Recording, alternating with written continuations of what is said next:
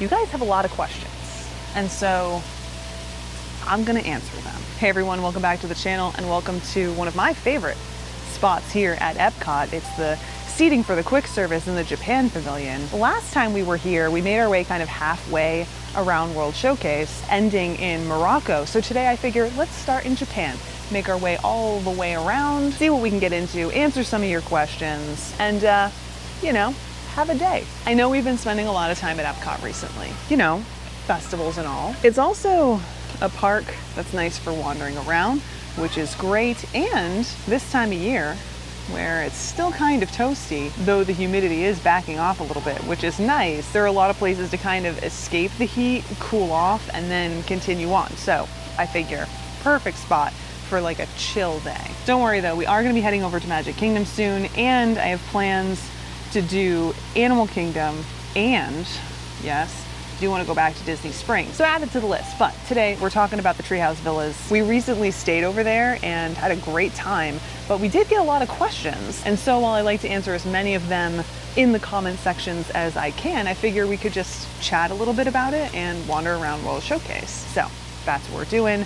Let's just jump into it though, okay? First and foremost, Treehouse Villas are located at Disney Saratoga Springs Resort and Spa, though as I mentioned before, spa definitely not open, no reopening dates on the horizon there. The resort is a Disney Vacation Club resort, and so all of the rooms there are going to be Disney Vacation Club rooms. That means you're gonna have like the deluxe studios with the kitchenette, you're gonna have the one-bedroom villas and larger. You're also gonna have the Treehouse Villas. Now these Treehouse Villas are a little bit out of the way, though not as far out of the way as you might initially think. I guess you could say that they don't sit like on the resort proper, you know? They have their own separate entrance if you're driving, and there are some like hoops you need to jump through if you want to get to the theme parks, though again, it's not that big a deal. We'll get more into that here in a bit though, because one of the questions that you guys had, or at least one of your comments, was related to this. Aside from that, other things you might want to know is that they are 3-bedroom, though one of those bedrooms does currently have bunk beds. They are set to be renovated here soon, so you know, we should see some updates. I don't know exactly what that's gonna mean as of yet, but we'll keep you posted. And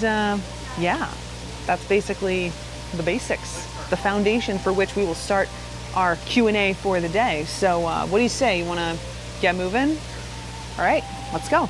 All right, so the first question that we got was a really good one. It's about accessibility. So for those of you who saw our videos from the tree houses, which, by the way, if you didn't and you want to get a good look at the tree houses, go check those out. We do a brief little tour, and of course, you know, we're wandering around the room so you can get a sense of what that space is like. But these tree houses they're elevated. In order to get into the treehouse, you have to go up a flight of stairs. So people were wondering, like, what's the deal when it comes to accessibility? Now, there are accessible treehouses, and when I say accessible treehouses, I mean ADA compliant treehouses. I believe there are 4 of them, and these treehouses that are ADA compliant are not only going to have a ramp for you to access the treehouse itself. It's a very long ramp at the right angle, you know, so you can get up and in, but it's also going to be ADA compliant in other ways as well. Now, for those of you who are wondering what that means, we did end up in an ADA room in the past. We were over at, was it Copper Creek or Boulder Ridge? We were at the Wilderness Lodge, and we did tour that room with you and show you everything that we saw while we were wandering around. Because it is ADA compliant, it's going to have things for people who have all different types of needs. So to answer the question about accessibility, yes, there are tree houses that will be able to accommodate you. There are also rooms around Walt Disney World that'll be able to accommodate you as well, which is great. I love that. The next question, again, another good one. Are they all the same size? Yeah, all the tree houses are going to be the same size, the same general layout as well. So if you're thinking about staying in a treehouse villa, you can expect to see that 3-bedroom, full kitchen, 2-bath living area layout that we saw when we toured our treehouse. Of course, again, they are doing some updates. What exactly that will mean, I'm not entirely sure. I'd imagine it's still going to sleep 9 people. I imagine the layout is going to be similar, you know, but I can't say for sure. So again, we'll keep you posted on that one, but yeah, they're all the same, with the exception, of course, of the tree houses that are ADA compliant, which is the same story no matter what type of room we're talking about. In those cases, I find that the room layout is generally the same, but some things might be tweaked a little bit to make more room for people who are in a wheelchair or other mobility device to get around. So unfortunately, if you were hoping that there are smaller tree houses that accommodate less people so that you could take advantage of those maybe at less of a price point, unfortunately you're out of luck. I know that is definitely not the answer you were looking for, but you know how we do it here. Just keeping it real, one way or another. Anyway, we have some more things to talk about. One actually is related to how this was in comparison to Animal Kingdom Lodge, because I talked about our experience over at Animal Kingdom Lodge when talking about this resort and these tree houses specifically. Actually, there's a few comparisons we drew that we need to talk about. Let's start with the Animal Kingdom Lodge comparison though. Yeah, this was leagues above that. And I'm not just talking about the space in the room. Obviously, it's not apples to apples because one was a deluxe studio, one was a 3-bedroom treehouse, you know, but when it came to the quality of the room. All right, guys, we were gonna go ride the Grand Fiesta Tour, but we're noping out of this situation really quick because the line is very long. It is very crowded in here today, but at least we made our way in to catch a little bit of air conditioning. Let's continue on though. You know, Animal Kingdom Lodge had a lot of issues. One of the issues that was easy for you guys to see was the shower head. And we did have a similar issue with the shower head over at the Treehouse Villas. And yes, definitely unacceptable, definitely not good. You know, I don't want to make it seem like I'm cutting Disney any slack here, but the big difference between the two, and one of the reasons that I wasn't as outraged about the tree houses as I was about the Animal Kingdom Lodge, is because the cleanliness of the room as a whole was definitely better. It's so hard to communicate this to you guys because you don't always know, especially because, you know, you can't like smell the room, for example. But Animal Kingdom Lodge was not well kept up. I mean, I'm not going to get into it again. We've already had this conversation, but it was just a stark contrast to what we experienced at the Treehouse Villas. I mean, it didn't smell, which is a thing, and everything at the Treehouse Villas worked, which was not the case at Animal Kingdom Lodge. So, you know, it was more than just the shower head. Anyway, let's get some fried pickles. All right, here they are, our pickle spears. Didn't take us very long, only about 10 minutes in line, which I suppose is a long time. But anyway, hanging out here at this table, it's the best we could do. Let's give this a taste test. I mean, it's pickles, you know? Delicious. All right, we're done. Unfortunately, I didn't get a chance to like eat that snack with you.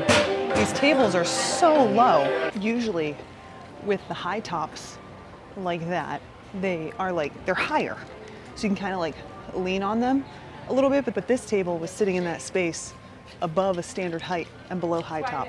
Very uncomfortable. Anyway, it was good. Good amount of pickles, lots of pickles actually for the price, at least in my opinion. They were delicious. I even got a pickle milkshake sticker, even though I didn't get a pickle milkshake. They have a lot of cool stickers. Again, just like the buttons we talked about the other day, just ask, that's all you gotta do. Anyway, all right, so I talked about drawing comparisons, we talked about Animal Kingdom Lodge. There's another comparison that I made when we were at the tree houses, and that is what I wanna talk about now, because I feel like some of you didn't understand where I was coming from comparing the tree houses to the cabins over at Fort Wilderness. So let me explain. Now, obviously, this is not an apples to apples comparison because we're talking about what is essentially a 1-bedroom that sleeps 5 compared to a 3-bedroom that sleeps 9. But space isn't what we were talking about here. We were talking about the experience that is the tree houses versus the experience that is the cabins at Fort Wilderness. See, the cabins are being sold as a special kind of Disney Vacation Club accommodation, an accommodation that is like outdoorsy, relaxing. Basically, they're selling it as being what the Treehouse Villas are, regardless of the number of people that you can fit in that room, regardless the number of bedrooms. And while yes, they are both technically like standalone accommodations that are in the woods, the experiences that you're getting at these two different accommodations are very different. And the differences between those two experiences aren't, again, because of the size of the room or the number of bedrooms. Stuff like that doesn't impress us in the way that you might think it does. I did get another comment from one of you saying that you think I would have been just as impressed at Animal Kingdom Lodge if I was in a 2-bedroom or 3-bedroom villa. No, I've been at a 2-bedroom villa in other resorts, and the layouts are what they are, you know? But it takes more than space to impress us. Also, side note, these things up here, I got a question about this. One of you wanted to know what these were. They're birdhouses for purple martins. This is something that we see not only here, but over at Caribbean Beach. There's a lot of them over here though. And there's gonna be a festival, is it Flower and Garden, where they talk about these birdhouses and they talk about purple martins and their migration patterns. It's pretty cool. Anyway, the point that I'm getting at here is the reason that we're saying that the tree houses are a better experience than the cabins is because of how both are being presented. The cabins, I think, I don't know what they're trying to do with that, who they're trying to sell to. Probably people who don't know any better, which adds the whole thing about how the cabins are a moderate property back to the discussion as well, right? But we're not gonna get into that again today. For us though, Russ specifically was looking at the cabins because he was like, this could be our like little getaway not too far from home where you just go and disconnect, and that is not the place for that. It's a very different environment. It is not the environment that I think that it delivers currently. Who knows, maybe in the future that'll change. I don't know, right? We can all speculate. But the treehouse is that environment. Is that making more sense? Anyway, heading into Creation Shop. Let's see if we can go find this bag. Russ was like, this is so cool, we have to go find it. So let's see if we can find it. It's a Figment bag. We didn't find it at ImageWorks the other day. So let's see if it pops up here. I am not hopeful. I don't know what to tell you. Not feeling optimistic today. Oh, look how cute. A deviled egg Donald. My goodness, that's adorable. Keep our eye open. I don't even know where it would be. Would it be in this bag section? Clearly not. I don't even see the other bags that are in that style. Maybe they're hiding. No, we have Figment over here. That's the Loungefly. No, I don't see anything. Do you think that oh, there are more bags over here. Let's see if we can get lucky. I don't know though. I don't think so. I don't see any of those tote bags. I gotta be honest with you, I'm a little surprised those bags aren't around. You would think that they would be like on top of their game with Figment merch, but apparently not. Just the way it is, unfortunately. I'm not sure if it's available online, but there is merchandise that has been showing up online and not in the parks. We'll see, it'll probably come back. It'll probably come back with a vengeance, and then we won't be able to kick a rock without seeing that piece of merch. All right, let's take a second while we're sitting here in the shade and get to some more of these things that you guys had to say about the cabins, or excuse me, the tree houses. I keep saying cabins because it felt so much like a cabin to me.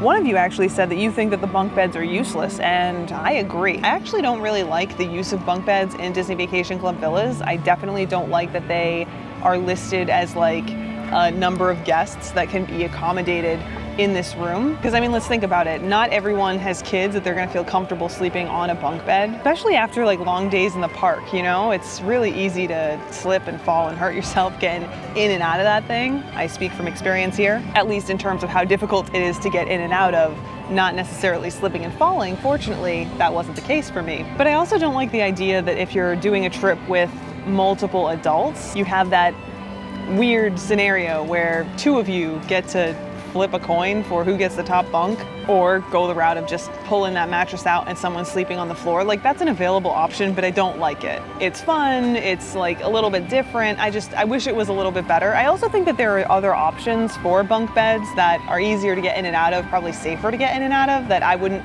feel as put off by, you know, but who knows, maybe that'll be one of the things that changes with the tree houses when they get updated. The other thing I wanted to mention though is kind of related to accessibility. I know we touched on that a little bit earlier. At least one of you had mentioned that, you know, it just seems like a whole to-do if you're in an ECV, having to get on a bus to get to the main area of the resort, where you then get off that bus to get on another bus to get to the parks. I don't disagree that that can definitely be a to-do, and don't get me wrong, when it comes to staying at the tree houses, there's definitely an additional step to get you and your family to the theme parks, though I think we could argue that that step exists for many other resorts as well. The cabins at Fort Wilderness, that's actually a great example. Then there are other examples where you might like have to do a long walk to get to the bus, or have to deal with stopping at multiple stops around the resort before you get to head out to the theme parks. That's going to be the situation not only at Saratoga Springs, but it also is going to be the situation at places like Old Key West. So it's a give and take. There's always going to be something no matter where you're staying. But in terms of the Treehouse Villas, with that hop from bus to bus stop to bus, again, there are alternatives if you're on an ECV and you don't want to be doing that, like loading up onto a bus just to load off and load on again. Remember how I mentioned that there's a walking path? Well, that walking path will actually lead you to the grandstand, which is another section of Saratoga Springs. You can catch the bus right there. In fact, you're gonna walk right by the bus if you're making your way to the Springs, which is the main area. And then of course, if you really want to, you can continue over to the Springs and catch the bus there. It really just depends on what you want to do. Now, is that a walk? Yes. Is it much of a walk? Not really. Also, if we're talking about those on an ECV, it is an additional little trek, but it's not going to eat your battery up or anything like that. Certainly not any more than the theme parks will. So there are other options that are available to you. You just have to be open to thinking outside the box. You know, familiarize yourself with the resort, wander around, open up the My Disney Experience app, maybe get a paper map from the front desk. That'll save you a lot of time and a lot of stress. Well, we've made it back to the front of the park. Oh, look at this magical monorail shot.